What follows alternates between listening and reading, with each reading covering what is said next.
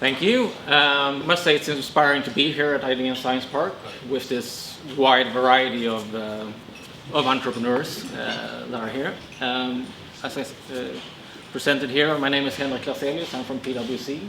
I work as a business advisor focused on entrepreneurial and private businesses, or EPB as we call them. I have a background myself from scale-ups and startups, and had positions as project manager, CTO, CEO, CFO, and so on. Quite variety in a growing business. And I think I've picked up quite a few things over the years from both successful and some unsuccessful ventures. But I must say there seems to be no limit to the ambitions and creativity on the new venture starting here. And that's one of the reasons why PwC chooses to support this initiative. And not only because breakfast is the most important meal of the day, but since it's most likely from greenhouse environments like this that the future game-changing companies is most likely to come. And we really appreciate the focus on sustainability that we can see here. When we work with older, more established companies, we usually help them analyze how they can incorporate more sustainability into their business without having too much negative impact on their profitability. But here you seem to have skipped a couple of steps already and moved to the point where you have sustainability as the core offering and center of your profitability. And I must say that's really the way forward, in my opinion. But let's put sustainability at the side for a moment and focus on pure financial value of your company. And call it superficial or perhaps greedy, but I'm prepared to stick my neck out and claim that the majority of all shareholders in all companies have an interest in their shares rising in value over time. Some with a lot of patience and some with very short time horizons. And this can be especially important for startups and scale-ups, not only if you're looking for a future lucrative exit of the company, but in order to go through successfully different financing rounds that you need to do along the way.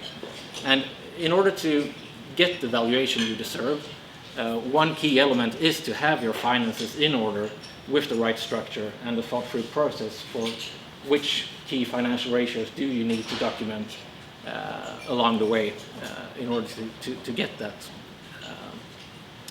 And I mean, to evaluate a company is an art form itself. I have many colleagues who work specifically with just this, and I will in no way diminish or talk about anything of the difficulty of their work, but you can do a lot of things to increase the value of a company. Of course, you can sell more and reduce costs to create profit, or invent new technology, sign strategic partnerships and so on, and design a new disruptive business model. And all this is probably something you work with here on a daily basis, and by all means you should continue to do so. That's part of building your company. But don't neglect the part of having your finances well ordered and structured, because that's also an important part when someone is looking to evaluate your company.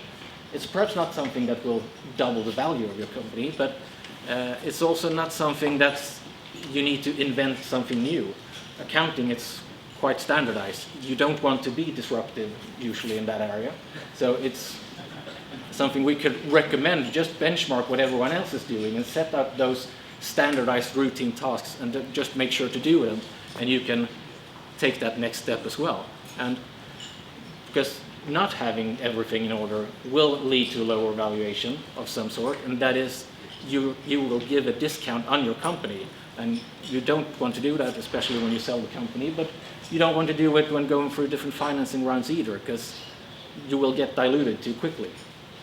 And yes, it's somewhat irony and potential hypocrisy standing here representing one of the world's largest accounting and auditing firms, saying it's important with having your finances in order, but I'll try to make an argument that it will be worth the while, and not in order to please some external auditor or other third party, but for your own long-term benefit.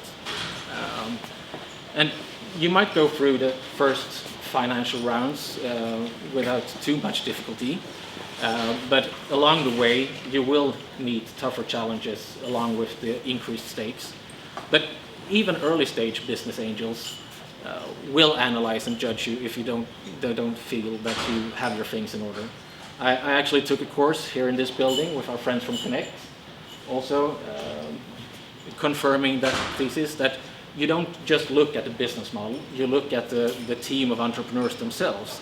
And even though the borderline crazy visionaries are extremely important in a startup, you need to have the competence in the team to have that order and structure as well. Because if it's a team with visionaries only, I personally at least would choose to invest my money elsewhere. But if you then make it to the next level and want to do business with serious VC firms, then you also need to expect to go through serious due diligence processes. And by then, you really need to make sure to have your finances in order, otherwise it might be too late. And I must say, to go through such a due diligence process can be extremely demanding and somewhat unpleasant. You've built up a company for over several years, and you've invested blood, sweat, and tears, and potentially a lot of money into it. But then and there, everything is questioned. It's drilled down and reduced into simple spreadsheets. And in that process, of course, make sure to have the right advisors, because the ones specialized in transactional business it's worth having them on your side. But regardless of how good advisors you find, they will need to work with what you provide them with. They need to present the company that you built in the state that it's in. So some things would need to have come into place long before they get into the picture. And what are then the right things to focus on? What should you do? The short and boring answer from any consultant is, of course, it depends. But I'll try to be a little bit more specific. To start off, we're not talking about dressing the bride or putting lipstick on pig, to put it a little bit more blunt. That is trying to present something as better than it really is. Serious investors will see straight through that, and if they for some reason don't, there's usually a whole catalog of warranty clauses in the purchase agreement that they can chase you with afterwards. So that's not a strategy we can recommend. And I've actually come across a larger VC firm that has an unspoken strategy of finding poorly managed companies with a sound business idea that they can buy at a lower price just because they consider it to be an uncut diamond. And then they force feed the company with order and structure over 3 to 5 years, and then they sell the company at a premium. And although that might be a good business model for them, you don't want to be the one selling your company at a discount just because you're deemed to have poor management. So the things I'd say to focus on is the financial follow-up that would help you in your day-to-day operations. Those are the key elements that would most likely also lead to higher valuation of a company when it comes to selling it or getting investors. No financial processes should be set up just for the sake of themselves. It might be good to have external help setting this up. You might be able to do it on your own. And there are different digital solutions you can use in order to automate different repetitive tasks. But whatever way you choose, I'd say make sure to be interested, involved, and really make sure that you understand your own numbers and your P&L and balance sheet. It's okay to think that it's difficult. Admit that to yourself rather than to pretend that you understand it.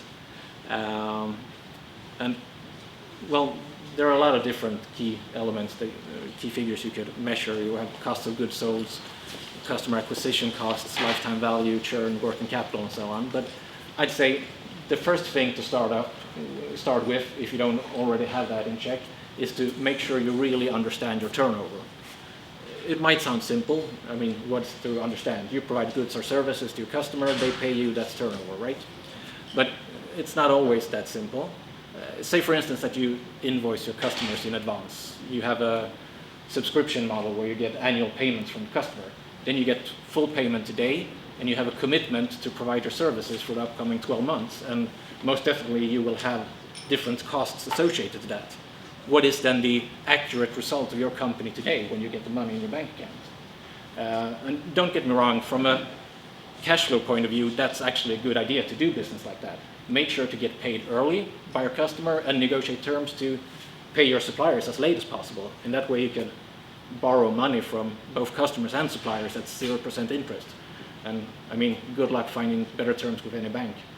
But what I want to say is make sure to don't fool yourself in this process and understand what's behind the numbers. Because money in the bank is not always the same as your actual results. So make sure to drill down and analyze your sales and your costs, of course, and determine where do you really make your money. You could have different customers with the same contract paying the same amount, but when you drill down to it, you can see that you make 5 times the profit on this customer than you do on this one. And that's not something you can just read from basic sales statistics. And many smaller companies may think, okay, we know this, I'm on top of this, I know exactly which customers are profitable and not. And most likely you do, but at an early stage, I remember at least, you were on a first name basis with all clients. And that's good, because you know everything about all customers in the company, but hopefully that will not be enough once the company grows, and you need to have other structures in place to keep that in track. But so my advice is start analyzing your business model from an accounting point of view as well. Make sure to have the right information up to date so that you have control and to be able to make the right business decisions. And by doing so, you will also be ready for the different valuations that you are to face along the way. And in order to do that, you need to find a reasonable, good enough level that's usually lower than higher, because the important thing is not to do everything, but to actually do the things you decide to do.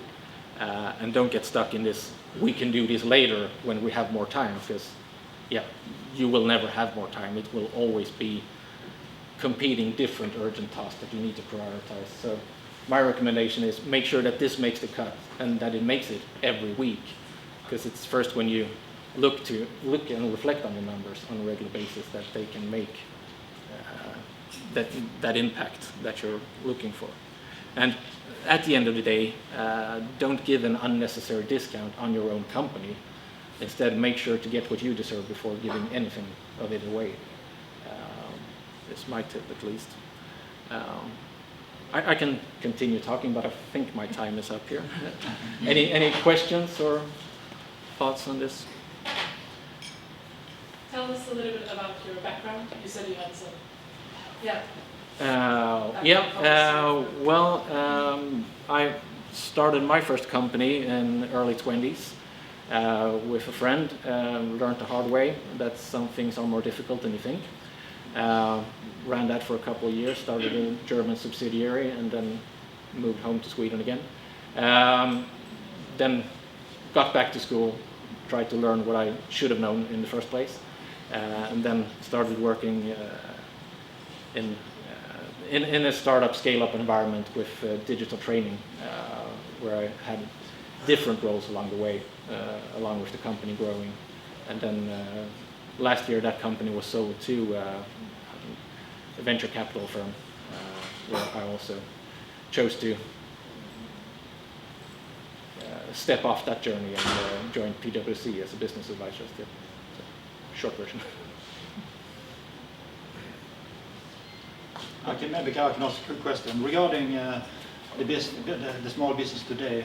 Well, regarding the financial stability, because now we have higher rates coming, yeah. And how do you see the Swedish market from that perspective? Are the companies ready to take that kind of increase of rate?